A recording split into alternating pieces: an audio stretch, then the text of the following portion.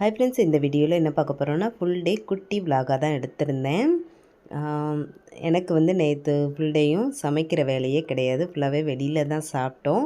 எங்கே கிளம்பிட்டோம் அப்படின்னு பார்த்தீங்கன்னா, மும்பையில் இருக்க மகிம் சர்ச்சுக்கு தான். பசங்களுக்கு லீவ் இருந்துச்சு, அதனால் வந்து போயிட்டு வரலான்னு கிளம்பியாச்சு. இங்கே வந்து ஒரு 4-5 வருஷத்துக்கு முன்னாடி வந்திருந்தோம். அதுக்கப்புறம் வந்து இப்போ தான் வரோம். இது வந்து சகாய மாதா சர்ச்சு. ரொம்பவே பவர்ஃபுல்லானது. எப்போவுமே வந்து நல்ல கூட்டம் இருக்கும். நாங்கள் வரும்போதுமே வந்து அப்போ தான் மாஸ் முடிஞ்சு நல்ல கூட்டம் இருந்துச்சு. சூப்பராக வந்து ப்ரேயர்லாம் பண்ணிவிட்டு அப்படியே வந்து எங்கே கிளம்பிட்டோன்னா பேண்ட்ரா சர்ச்சுக்கு தான். நாங்கள் வீட்டிலேருந்து கிளம்பும்போது மாமா வந்து இட்லி சட்னிலாம் வச்சுருந்தாங்க. அதெல்லாம் சாப்பிட்டுட்டு கிளம்புனோம். இதுதான் வந்து பேண்ட்ரா சர்ச்சு. இங்கே வந்து உள்ள வீடியோஸ் ஃபோட்டோஸ்லாம் அலௌடு கிடையாது. அதனால் லைட்டாக மட்டும்தான் வீடியோஸ் எடுத்திருந்தேன். நல்ல பெரிய சர்ச்சாக இருக்கும், சூப்பராக இருக்கும். அங்கேயும் ப்ரேயர்லாம் பண்ணிவிட்டு வெளியில் வந்தாச்சு. அங்கே வந்து பெயிண்டிங் வேலை நடந்துகிட்ருக்கு. ஏன்னா இப்போ சர்ச்சு ஃபீஸ்ட் வரும், அதனால்.